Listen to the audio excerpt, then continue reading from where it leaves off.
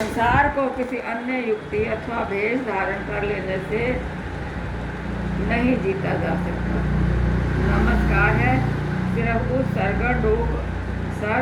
सगुण स्वरूप निरंकार को नमस्कार है जो सभी का मूल, रंग रहित, पवित्र स्वरूप, आदि रहित, अनश्वर और अपरिवर्तन स्वरूप है।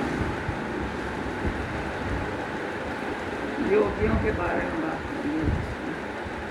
भूगत ज्ञान दया भंडारण घटघट वाजयनाथ, आप नाथ नाथी सब जाकी रिद्ध सिद्ध अवरासा, संजोग वियोग दुईकार चलावे, लेखे आवे बाग, आदेश दिसे आदेश, आद अनिल अनाद अनाद, जुग जुग एक होवे।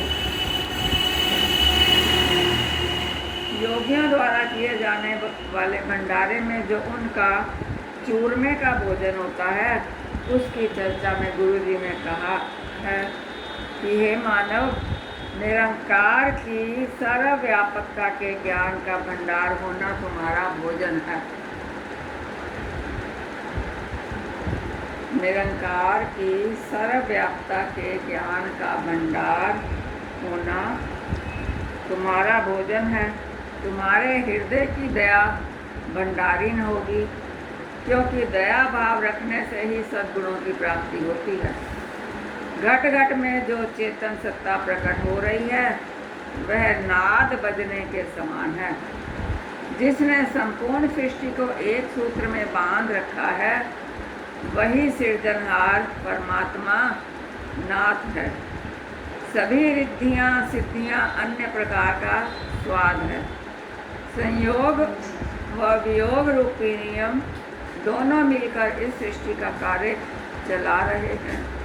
कर्मानुसार ही जीवों को अपने अपने भाग्य की प्राप्ति होती है।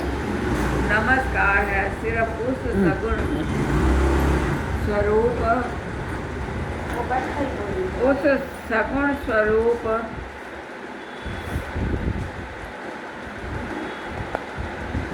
किधर आ गई है? घट घट में जो चेतन सत्ता प्रकट हो रही है, वो नाद बजने के समान है। जिसने संपूर्ण सृष्टि को एक सूत्र में बांध रखा है, वही सृजनहार परमात्मा नाथ है। सभी सिद्धियाँ रिद्धियाँ अन्य प्रकार का स्वाद है। संयोग व वियोग रूपी नियम दोनों मिलकर इस सृष्टि का कार्य चला रहे हैं। कर्मानुसार ही जीवों को अपने अपने भाग्य की प्राप्ति होती है।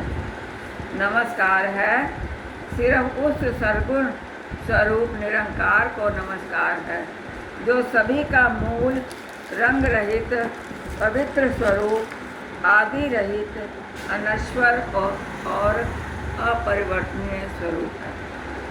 एका माई जुगत ब्याई, तीन चेले परवान, एक संसारी, एक भंडारी, एक लाए दीवान। जीव तिस पावे तिवे चलावे, जीव होवे फुरमान, ओ वेखे ओ ना नदर ना आवे, बहुता ए विरान। आदेश तिसे आदेश, आद अनिल अनाद अनाहत, जुग जुग एक होवेश। अब गुरु जी संसार की उत्पत्ति के बारे में विस्तार पूर्वक कथन करते हैं कि एक ब्रह्म की किसी रहस्यमय युक्ति द्वारा माया की प्रसूति से 3 पुत्र पैदा हुए। इन में से एक ब्रह्मा सृष्टि रचयिता, एक विष्णु संसार का पोषक और एक शिव संहारक के रूप में दरबार लगाकर बैठ गया। जिस तरह उस अकाल पुरुष को भला लगता है, उसी तरह वो इन तीनों को चलाता है।